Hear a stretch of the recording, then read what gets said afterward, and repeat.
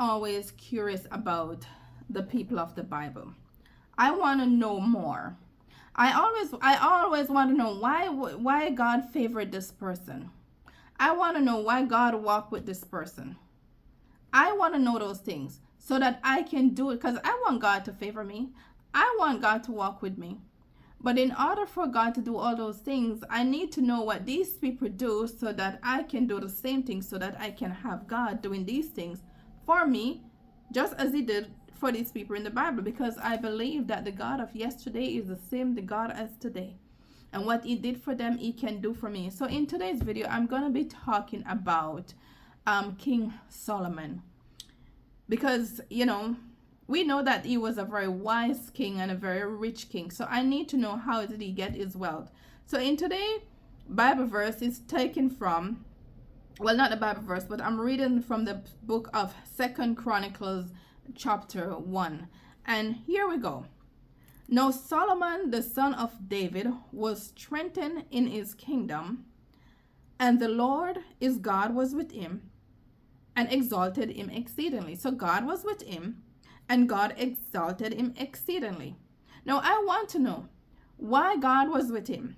Why was he so special? Why did God exalt him exceedingly? Why was God boasting about this person? I need to know. So I'm going to go to verse 3 to find out what was so special about Solomon. Then Solomon and all the assembled with him went to the high place that was at Gibeon, for the tabernacle of the meeting with God was there, which Moses the servant of the Lord had made in the wilderness. Solomon went to the temple. The temple was in the wilderness. I don't know how far the journey was, but Solomon gathered his people, and they took the journey into the middle of nowhere to go to the temple to worship God. So step number 1, Solomon showed up for God. Solomon didn't mind the journey. Solomon didn't mind whatever obstacles they have to face through the wilderness. They didn't mind it. He showed up. And he could have gone to anywhere to worship God, but no. The tabernacle was a meeting place for worship. It was a meeting place. So Solomon went there. When I read this Bible verse, I think about church. I believe personally that it's important to go to church. Before this Bible verse, I used to say, of course it's okay. I don't have to go to church. We can worship God from anywhere. It is true. We can worship God from anywhere. But just knowing the obedience of going to a place where that was designed for worship, to worship God and to meet with other people and to gather as one in worship is very important. And I realize this in the state that going to church for me is extremely important. Okay? So that's step number 1. Solomon showed up for God. He showed up for God. Are you showing up for God? My Bible verse, well, I will tell you about that later on. Let's continue. So after Solomon went to the temple, I'm going to read verse 6. And verse 6 said, And Solomon went up there to the bronze altar before the Lord, which was at the tabernacle of the meeting, and offered 1,000 burnt offering on it. Solomon offered 1,000 burnt offering. So step number 1, he took the journey and he went to the temple. So he showed up for God. By going to the temple, he showed up for God. When he went to the temple, he offered 1,000 burnt offering. That is worshiping God. He showed up for God, then he worshiped God. Are you following? Because we need to know, because the first verse said God was with him and he exalted him exceedingly. So do you see, are you following now? Because I want to know, we want to know why. So first he showed up for God. He took the journey, he showed up for God. When he showed up for God, he didn't just show up, he decided he worshiped God. Worship God by offering the burnt offering. So after that took place, on that night, God appeared to Solomon and said to him, Ask, what shall I give you? Do you see? Two things he did. So far, he did two things. He showed up for God, he worshiped God, then God asked, what shall I give you? God wants us to show up for him. When you show up for God, he will show up for you. Solomon showed up for God, and then God showed up for Solomon, and then asked him, what shall I give you? Okay? And Solomon said to God, you have shown great mercy to David my father, and have made me king in this place. So Solomon said, God, you have done so much for my father. And you have done so much for my father, and you even made me king. That wasn't an answer to the question. That was gratitude. That was gratitude, because in this moment, it's like Solomon is saying, if you don't do anything for me, you have done enough. It's like Solomon saying to God, if you don't do anything for me, you have done enough for my father, and you have done enough for me. Do we have that attitude where we can say, if God doesn't do anything else for me, he have done enough? And I'm not talking about, oh, I have a mansion and I have money and I have this and I have that. But when you look and you think about what your peace of mind, when you have peace of mind, you have comfort.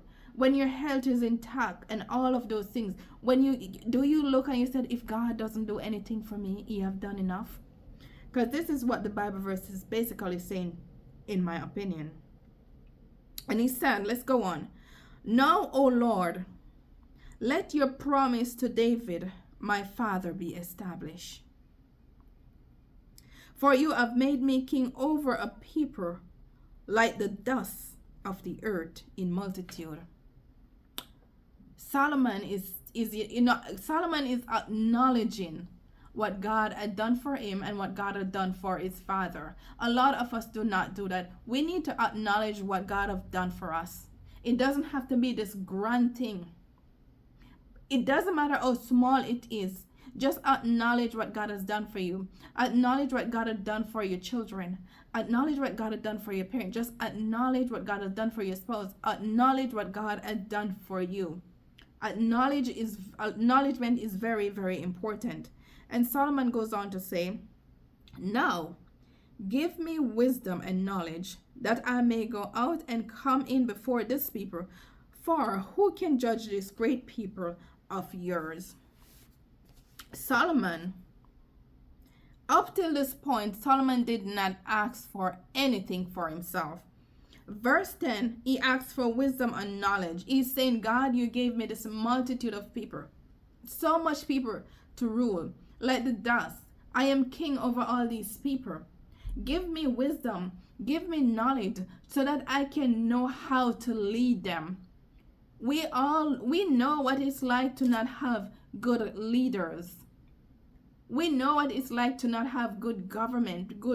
We know what it's like. So Solomon is saying, God, give me wisdom so that I know how to lead these people, so that I know how to protect the country, so that I know how to provide for these people. It's a lot of people. It's a lot of people. But Solomon was not selfish. He was looking out for others. He wanted to serve others, and he wanted to do it to the best of his ability. He didn't want to be a bad leader. So he asks for something that can help these people. How many times we ask God for something that is going to be benefit for someone else and not for us? Because we are selfish people. Some of us are very selfish. So, but we see in here that Solomon was not greedy. Some of us is greedy and selfish. Solomon was not greedy and he was not selfish. And he was willing to go all out for God by going to the wilderness to worship, by offering all these 1,000 offering sacrifice. He was willing to go all out for God, and he was willing to take care of his people. This right here is a good leader. This right here is a good leader. So now, so far, you can see why God was with him. Now, so far, you can see why God exalted him exceedingly. Because so far, he is a really great person. You want to be a person like this, a person who is not selfish, a person who's not looking out for themselves, a person who is willing to serve God, and a person who showed up for God. Because when you show up for God, God will show up for you. And that phrase, normally throughout the over the years, you have like a word. I will have like, God will give me a word for the year. Like last year, the word was preparation. This year wasn't a word. This year was a phrase, and there's a story behind the phrase. And the phrase is, when you show up for God, God will show up for you. That was a phrase that was given to me in prayer.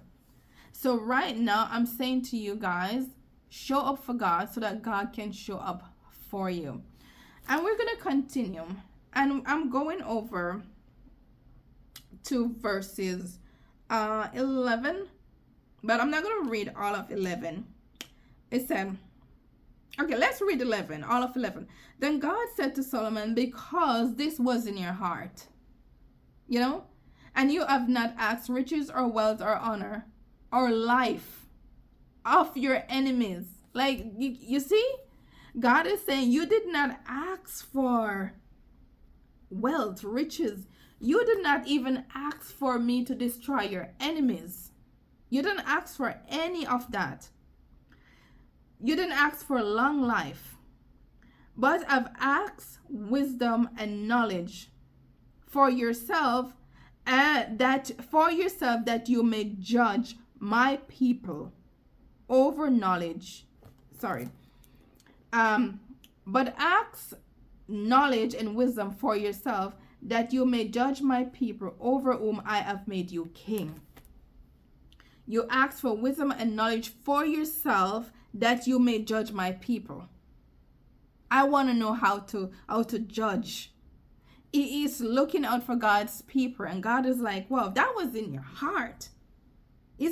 God said, because this was in your heart. Do you realize? The heart. The outside can be saying all different kind of things, but God is looking at the heart. His heart was pure. His heart was clean. God looked at his heart and found nothing but goodness. In his heart, he wants to take care of God's people. And then verse 12 said, wisdom and knowledge are granted to you. Wisdom and knowledge are granted to you, and I will give you riches and wealth and honor, such as none of the kings have who were before you, nor shall any after you have this like. God said, I searched your heart. Your heart was pure. Your heart was to serve others. What it was in your heart was to serve others, to take care of others. His way, God's way. And because of the pureness of your heart, I'm going to give you all these things that you did not even ask for. It's very simple. This walk with Christ don't have to be complicated. This walk with Christ don't have to be hard. It is very simple. Trust God. Show up for God. My grandfather always said, it's a clean hands and a pure heart shall see God. A clean hands and a pure heart shall see God. God searched Solomon's heart and it was pure. His intention was good. A lot of the time, we don't get the things of our heart, because the things of our heart does not align with the things of God. The things of our heart at times does not represent God. The things of our heart at times God's like, no. And sometimes the things of our heart is in line with God, but we are not ready. Why? We're not humble. We are not willing. We are not obedient. So even though the things of your heart might be good, God is not going to give it to you until it's actually time. It's actually time. So as I started out talking about, why God was with Solomon, why all these things, we can clearly see why God was with Solomon. So if we follow these steps, we may not get and actually we will get multitude to rule over. And when I said rule over, like serve, for a person with a YouTube channel that is big, it's the same thing as Solomon having like all these people to rule over. It's the same thing. If you have a YouTube channel and if it is one person on it, that is the same role of Solomon. So you gotta ask God, like, God, give me wisdom, give me knowledge, how I can communicate with this people, what I can do, how I can show up for these people, how I can serve these people, how can I provide, valuable information, how I can I be a value, influence them, how can I? It's the same thing. It's the same thing. So when we're reading the Bible, we have to pray and ask God to show us. And we have to look very deep and close. And we will find the answer to our problems or the answer to our questions. I started out asking this question, why God, was with Solomon, why God gave Solomon all this wealth, and the answer was there. My question asked and answered in the Bible. Solomon showed up for God. Solomon worshiped God. Solomon was not selfish. Therefore, if you have all these good traits, if you have all good traits going in your life, don't you think God is going to show up for you too? Of course he is going to show up for you too. He is going to show up for you too. Guys, let me tell you something. I get very excited when I read the Bible.